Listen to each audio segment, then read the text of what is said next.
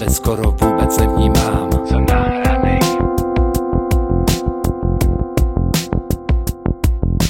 Sedím tu dál a práce hodně mám. Zítra bude pozdě, já to vážně nestíhám. Jsem nahranej. Tak už přestaňte bát, nic se nemůže stát.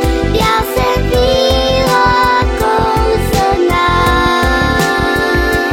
Tak už přestaňte bát, já vím, že mě máš rád. Zůstávám dál zasněná.